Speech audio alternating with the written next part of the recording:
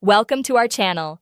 If you want to set up Hulu on your Fire TV, follow this full tutorial to start streaming movies and shows. Step 1. Turn on your Amazon Fire TV device and make sure it's connected to the internet. Step 2.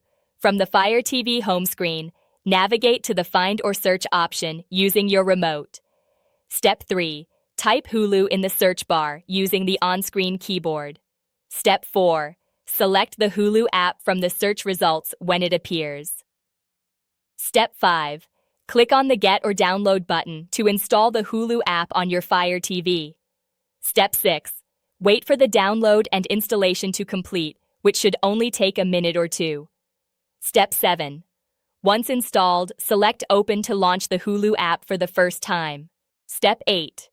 Sign in to your Hulu account by entering your email and password, or activate your device by visiting hulu.com.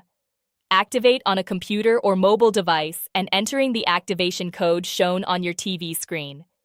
After successful login, you can browse and stream content from Hulu's library, including live TV if you have that subscription tier.